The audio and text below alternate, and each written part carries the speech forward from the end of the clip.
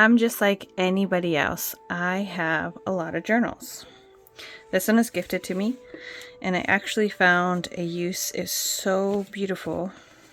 My husband got this for me for Christmas like 4 years ago, and it was so pretty. I was like, I don't want to mess this up. I finally have a use for this. This is going to be a legacy planner, more or less a storytelling book for my kids and my grandkids.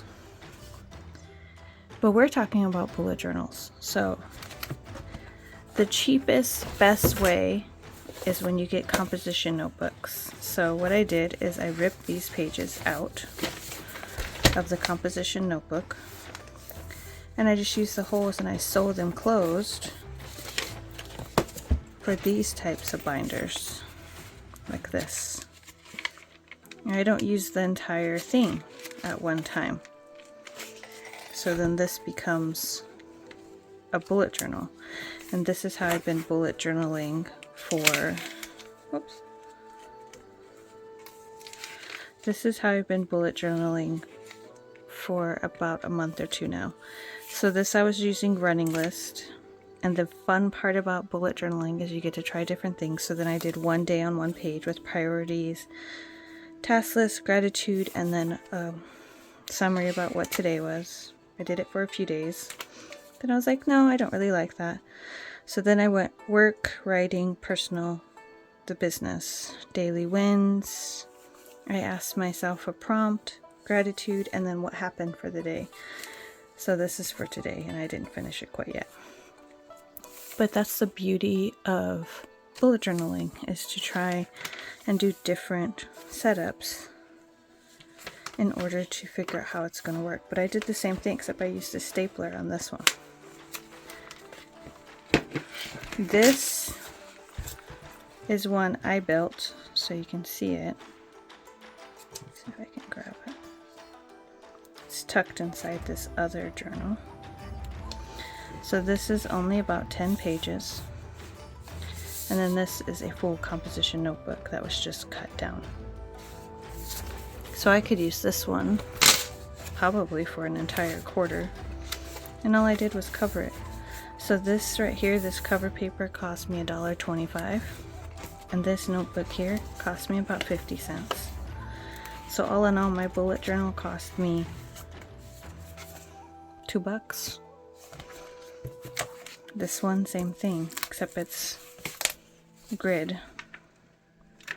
So then I was writing, what I do when I do bullet journals is I write cover page, goal pages, quarter 3, quarter 4 goals, Ojibwe, books and movies, and then I went into the calendars.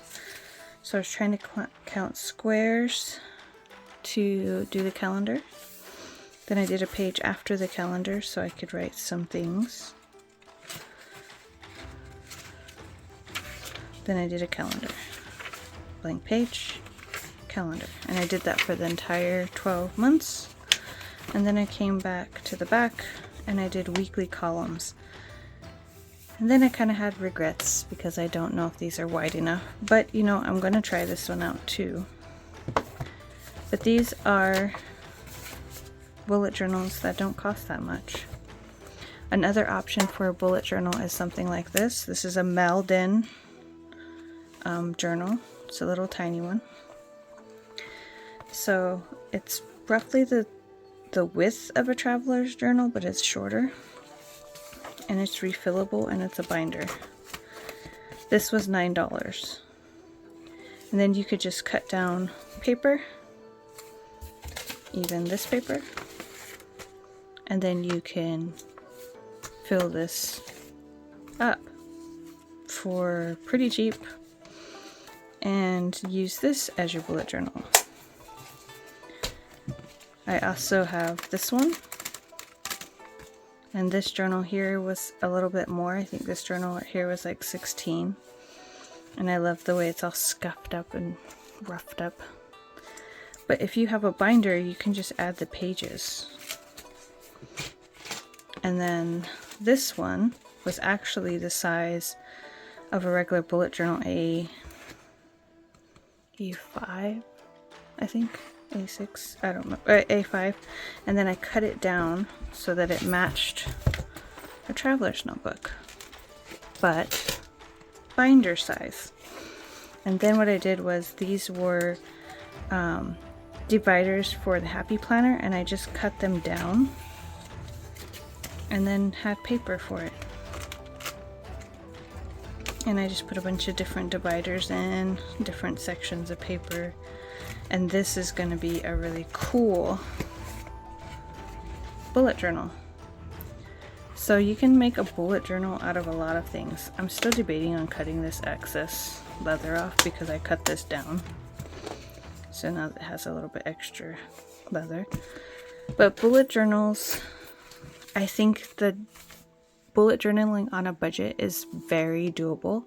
And the biggest part about being bullet journaling on a budget is being creative and making your own bullet journals.